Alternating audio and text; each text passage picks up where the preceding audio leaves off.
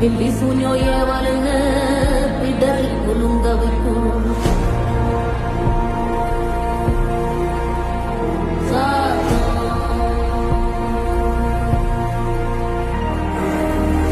அமாவாசைக்கும் இருட்டு ஆறும் இல்ல நடுநிசி கருப்பு கடுவம் புன கண்ணும் முன்ன ஓடி வரும் சாம்பிராணி வாசனையில் ஜல்லு ஜல்லு ஓசை வரும் ரெட்டப்பன அவசரத்துக்கு எட்ட நிற்கும்